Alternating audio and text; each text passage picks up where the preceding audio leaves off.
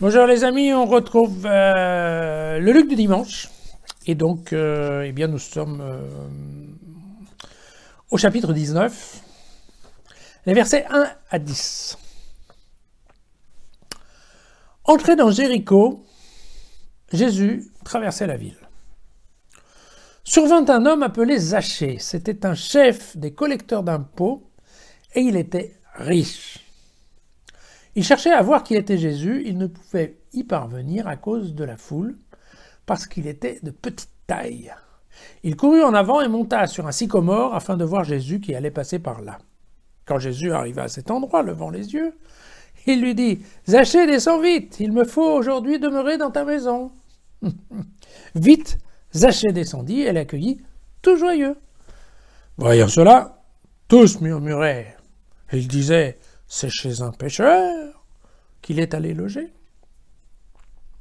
Mais Zachée, s'avançant, dit au Seigneur, « Eh bien, Seigneur, je fais don aux pauvres de la moitié de mes biens, et si j'ai fait tort à quelqu'un, je lui rends le quadruple. » Alors, Jésus dit à son propos, « Aujourd'hui, le salut est venu pour cette maison, car lui aussi est un fils d'Abraham.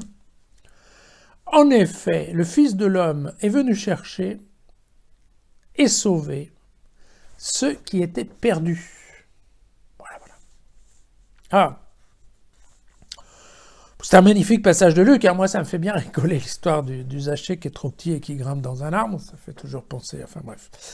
Mais évidemment, c'est un passage qui n'est pas sans nous rappeler un autre passage de Luc que nous avons vu au chapitre 5, vous vous rappelez, c'est l'appel de Lévi. Hein. Lévi qui était aussi un collecteur d'impôts, et vous savez, Jésus passait là aussi, il y avait Jésus en mouvement, il passait devant la table, et puis il lui a dit « Lévi, lève-toi et viens, suis-moi ». Vous vous souvenez que c'est comme ça que Lévi ensuite est devenu le Matthieu des apôtres. Alors, là par contre, il y a une petite différence avec Lévi, c'est-à-dire qu'ici, Luc nous montre une conversion immédiate. Vous savez que le propos général de Luc, c'est d'inciter ses lecteurs à une conversion la plus rapide possible. Pas perdre de temps, il y a une certaine urgence. Voilà. Et répondre à l'appel de Jésus. Et là, qu'est-ce qu'il nous montre? Il nous montre en effet un juif, hein, car c'est bien dit, lui aussi est un fils d'Abraham, donc c'est clairement un juif. Zachée est un juif qui effectivement, hein, alors, je suis d'accord avec vous, non, c'est un juif, mais c'est un bandit aussi, hein, parce que vous vous souvenez que tout ce qui était collecteur d'impôts, normalement, c'était des types pas très honnêtes qui s'en foutaient autant dans les poches que dans la poche du gouvernement. Donc effectivement, c'est pas un type très honnête, ce qui prouve, et c'est intéressant dans cette approche universaliste de Luc, qu'on peut très bien être juif, mais en même temps être un salopard, un voleur. Et c'est exactement le cas de Zachée. D'accord? Mais ce que nous montre Luc, et ce qui est intéressant, c'est que avant, dès qu'ils sont à la maison, avant que Jésus lui ait parlé, Zachée lui dit tout de suite, bon, attends, c'est comme ça, je donne la moitié de mes biens aux pauvres. D'accord? Ça veut dire que le temps où Zachée a couru, alors on peut se dire que c'était un peu avant déjà, puisque Zachée avait vraiment envie de rencontrer Jésus. Vous vous souvenez, comme Hérode. Hérode avait envie de rencontrer Jésus, mais éventuellement pour le liquider. Ici, on a exactement le même terme, c'est-à-dire que Zachée voulait rencontrer Jésus, mais là, probablement, c'était une curiosité qui probablement était, comme on s'en doute, un petit peu pilotée par Dieu. Mais bon, ce qui est vrai, c'est que Zachée, immédiatement, hein, le temps qu'il a couru entre le sycomore et chez lui, eh bien, il a déjà compris qu'il allait changer complètement et qu'il a fait faire, effectivement, la charité qu'on lui demande. Alors, le prix de la compensation à payer pour un vol, parce qu'en fait c'est ça dont on parle, hein, Zachée le dit bien, si j'ai fait tort à quelqu'un, c'est-à-dire si quelqu'un, bon, bref, vous voyez. Alors, ça c'est un discours qui est récurrent. Dans l'Ancien Testament, il y a plein de passages de la Bible dans lesquels on parle de cette histoire, comment indemniser quelqu'un qu'on en a volé. Donc, alors, avec des chiffres complètement différents les uns des autres. Hein. En Exode, par exemple, en Exode 22, voilà, si la bête qu'on a volée, elle est retrouvée vivante, à ce moment-là, il faut doubler la mise et rendre 2 bêtes, voyez.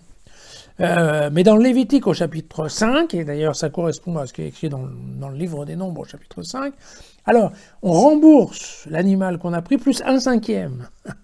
C'est-à-dire si on a volé, vous voyez, je vais pas faire la mathématique pour vous, alors avec un œuf ou un bœuf ça marche pas trop, mais par contre, voilà, si c'est sur des quintaux de blé ou sur des centaines de brebis, à ce moment-là ça marche, et on rembourse l'unité plus 1/5. Donc 1,20, d'accord. Et puis en Exode, alors 21 cette fois-ci, on n'est plus au même chapitre, alors là c'est, on rembourse 5 bœufs pour un bœuf volé, et on rembourse 4 moutons pour un mouton volé. Et donc vous voyez que, d'ailleurs 4 moutons pour un, vous voyez, on tombe exactement dans ce qu'est en train de nous raconter Zachée, sachant que ici Zachée, normalement, il fait une proposition qui est généreuse, mais qui correspond surtout à la loi romaine, hein, parce qu'à l'époque déjà, Rome s'était mis là-dedans pour essayer de faire le tri dans ce qui était proposé comme compensation, et vous voyez que Rome, à l'époque, n'y est pas allé avec le dos de la cuillère. Voilà.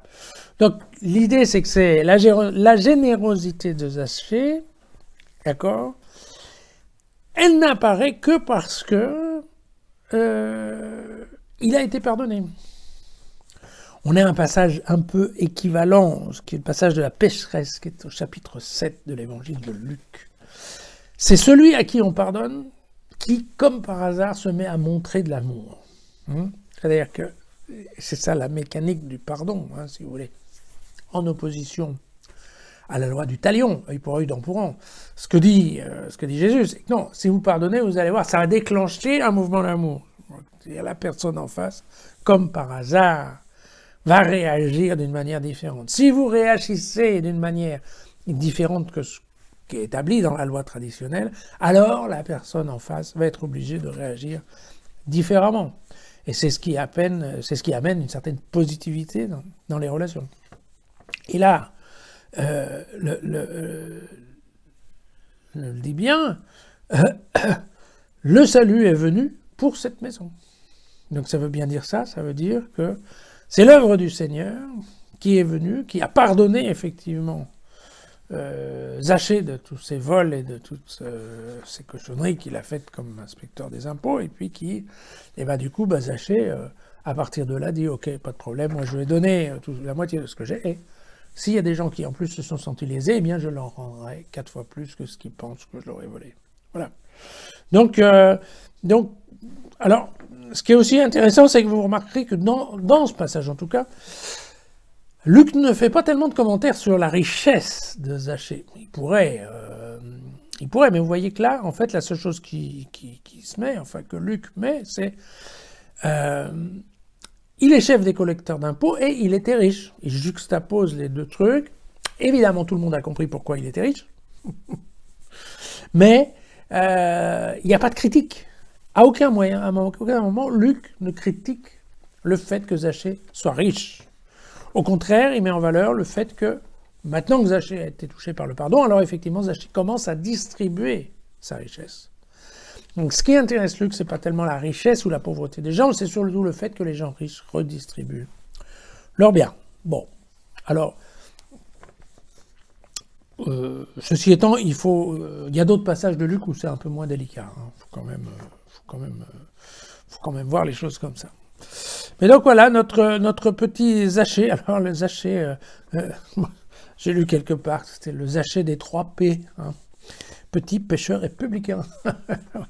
Voilà, notre Zachée qui a, effectivement, lui, s'est converti à toute vitesse. Alors, on verra, vous savez, c'est pas parce que je connais ça par cœur, mais quand je prépare mes textes, j'essaye de regarder un peu en avant, en arrière. Et ce texte, exactement là, on va le revoir le 15 novembre. Et à ce moment-là, je vous parlerai d'autre chose. Je vous parlerai du fait que ce passage d'évangile, c'est une pièce maîtresse de l'évangile de Luc, parce que je vous dirai ça dans 15 jours. Donc on se retrouve le 15 novembre, ou demain, si ça vous dit.